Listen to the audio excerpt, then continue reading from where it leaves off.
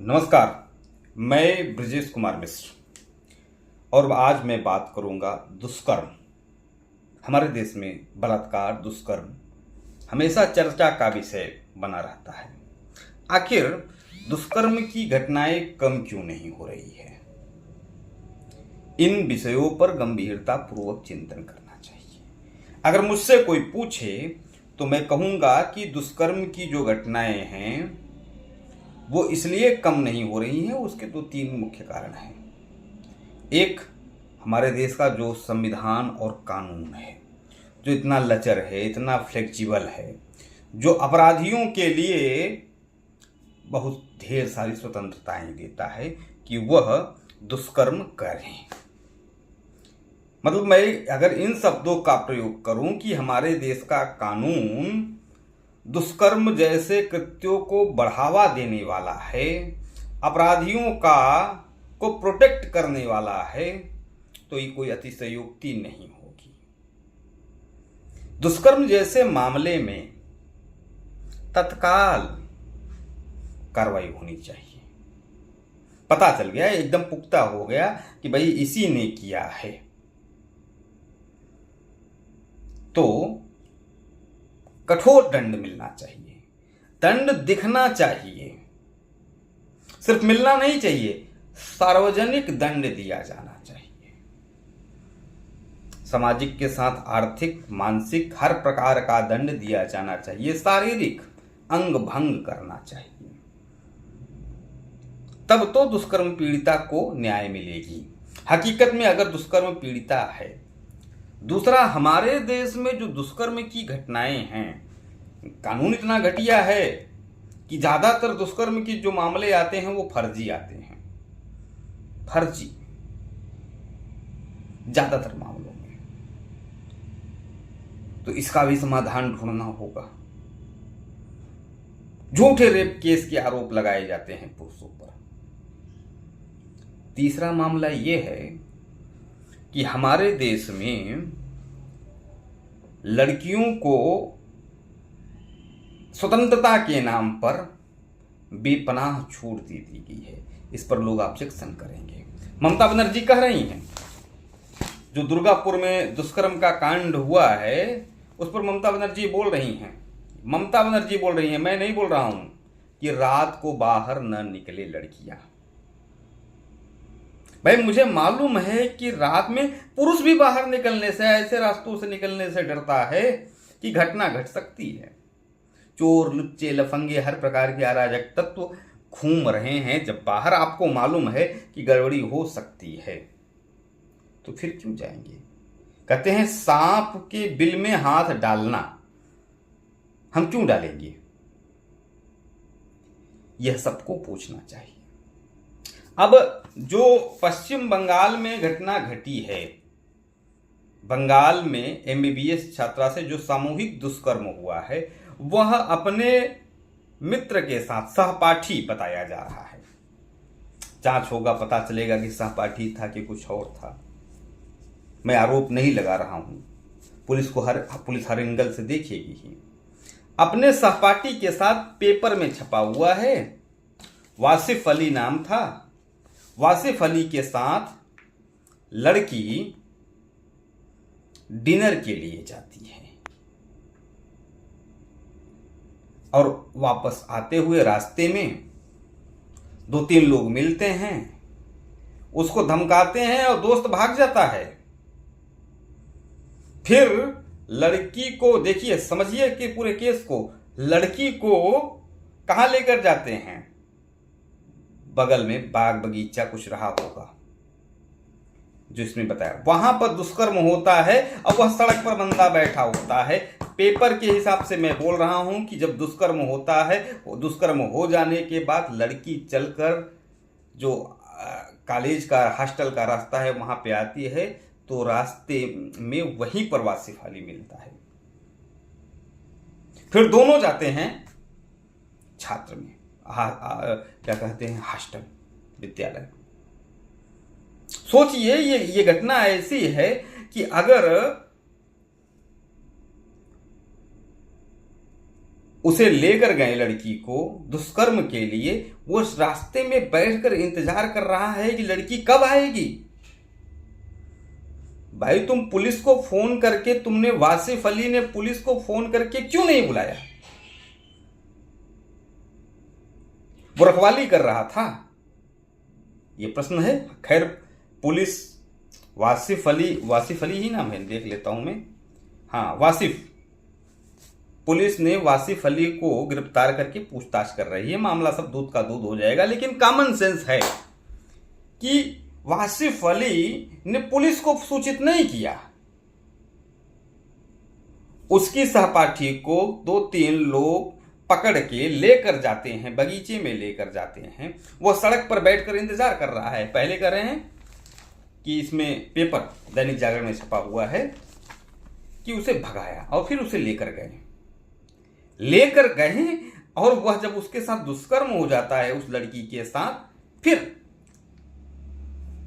वो क्या कहते हैं, लड़की चलकर आती है, सड़क पर वासिफ अली मिल जाता है। वासिफ अली ने पुलिस को क्यों नहीं फोन किया?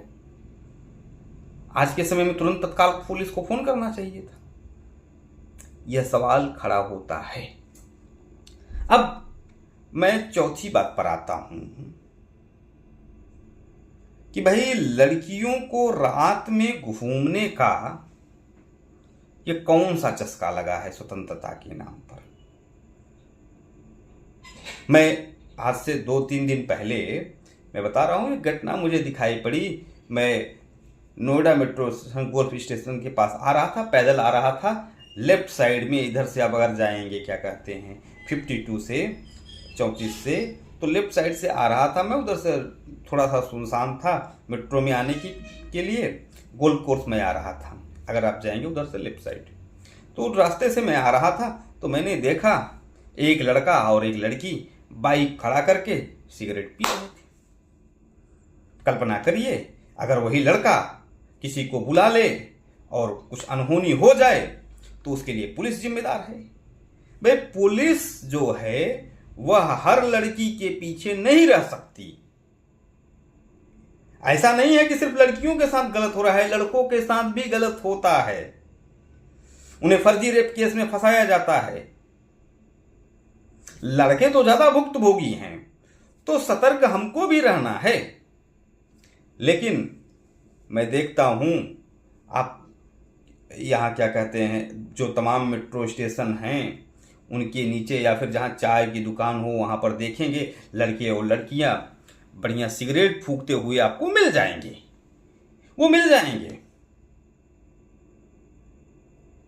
लेकिन इसे बोले कौन? अगर हम बोल देंगे, प्रशासन बोल देगा। ममता बनर्जी ने बिल्कुल ठीक बोला है कि भाई रात में बाहर ना निकले लड़कियां। अब इसे कुछ महिलावादी, मैं पहली बार ममता बनर्जी से सहमत हूं। भाई हर लड़की के पीछे पुलिस नहीं घूम सकती। अब इस पर कोई लड़की कहेगी भाई पुरुष अपनी मानसिकता क्यों नहीं ठीक कर लेता। भाई लड़के और लड़कियां, मैं दोनों कह रहा हूं, दोनों बिल्कुल आदर्शवादी हो जाएं, बिल्कुल ठीक हो जाएं। समाज में चोर, लुच्चे, लफंगे, दुष्कर्म की मानसिकता वाले लोग न रह जाएं तो राम राज्य नहीं हो जाएगा। आप क्यों कल्पना करते हो कि समाज में सारे लोग अच्छे होंगे? समाज में हर प्रकार के लोग होंगे। और पुलिस प्रशासन इतनी क्षमता नहीं है कि हर लड़की के पीछे पुलिस प्रशासन घूमेगी। और लड़कियां तो मैं देख रहा हूं कि लड़कों के साथ जो नंगापन कर रही हैं उसको मैं शब्दों में नहीं बयां कर सकता।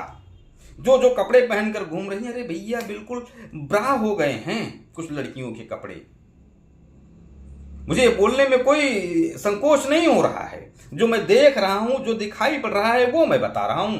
हम शर्मा जाएं, मैं शर्मा जाऊंगा। मुझसे कोई कहे कि आप अंडरवियर और क्या कहते हैं, नहीं हाफ पैंट में और गंजी में मेट्रो में यात्रा कर लो, मैं नहीं कर पाऊंगा, मैं शर्मा जाऊंगा। लेकिन वो छोटे छोटे कपड़े और वो भी सिगरेट पी रही हैं, ये है स्वतंत्रता। अब फिर वही लड़का लड़की जिन्हें कह रहे हो कि नहीं उनको स्वतंत्रता नहीं है सिगरेट पीने की, दारू पीने की, वो सड़क पर क्यों ना घूमे। आप अपनी मानसिकता ठीक करो। पता चला उसी के साथ में रहने वाला लड़का ही गड़बड़ कर जाए, या फिर वो लड़की झूठा आरोप लगा दे। जो जितने भी दुष्कर्म के आरोप आ भी रहे हैं वो सारे सच्चे थोड़ी नहीं हैं। पता चला खूब बढ़िया रंगरलियां मना रहे हैं वर्षों से, कुछ मामलों में बिगड़ा और वही लड़की जाकर थाने में दुष्कर्म का आरोप तुरंत, अब लड़की है उसने कह दिया तो वो सती सावित्री है, उसका बात मान लिया जाएगा। तो बड़ी विसंगतियां हैं हमारे देश के क्या कहते हैं व्यवस्थाओं में, इसे ठीक होना चाहिए। ये कहने में हमको बिल्कुल हिचकिचाहट नहीं होती। वो कैसे माँ बाप हैं जो देख रहे हैं कि उसकी बेटी 10 बजे 11 बजे रात आ रही है, उन्हें पता नहीं है कि उनकी बेटी सिगरेट पी रही है, दारू पी रही है, या ये सिगरेट पीना और दारू पीना भी स्वतंत्रता की अभिव्यक्ति है। इस प्रकार से स्वतंत्रता के नाम पर कंपटीशन, भाई पुरुष सिगरेट पी सकता है तो लड़की सिगरेट क्यों नहीं पी सकती, इस नाम पर भड़काया जा रहा है, समाज को बर्बाद कर रहा है। वो पुरुष सिगरेट पिए या लड़की सिगरेट पिए, दोनों गड़बड़ है। दुर्भाग्य तो ये भी है ना कि हमारे देश में तुलना भी बड़ा गड़बड़ किया जाता है, पुरुष और लड़की दोनों बराबर हैं। ये क्या नौटंकी है भैया, दोनों नहीं बराबर है। इसलिए मेरा स्पष्ट मानना है कि दुष्कर्म जैसे कृत्य रोकने हैं तो कई आयामों पर हमें काम करने होंगे, और सर्वप्रथम जो दंड विधान है उसको कठोर करना होगा, दोनों तरफ से, जो दुष्कर्म कर रहा है उसके लिए भी और जो फर्जी दुष्कर्म के आरोप लगा रहे हैं उनके लिए भी। और सामाजिक रूप से दंड दिए जाने चाहिए, दंड दिखना चाहिए, भय बिन होई न प्रीति, अपराधियों में भय होना चाहिए। जो फिलहाल भारत का जो वर्तमान संविधान और कानून है उसमें भय नाम का कोई चीज नहीं है। तो मुझे नहीं लगता कि इस जो मौजूदा वर्तमान कानून है, संविधान है, नियम कानून है, उसके रहते हुए दुष्कर्म जैसे कृत्य रुकेंगे। धन्यवाद।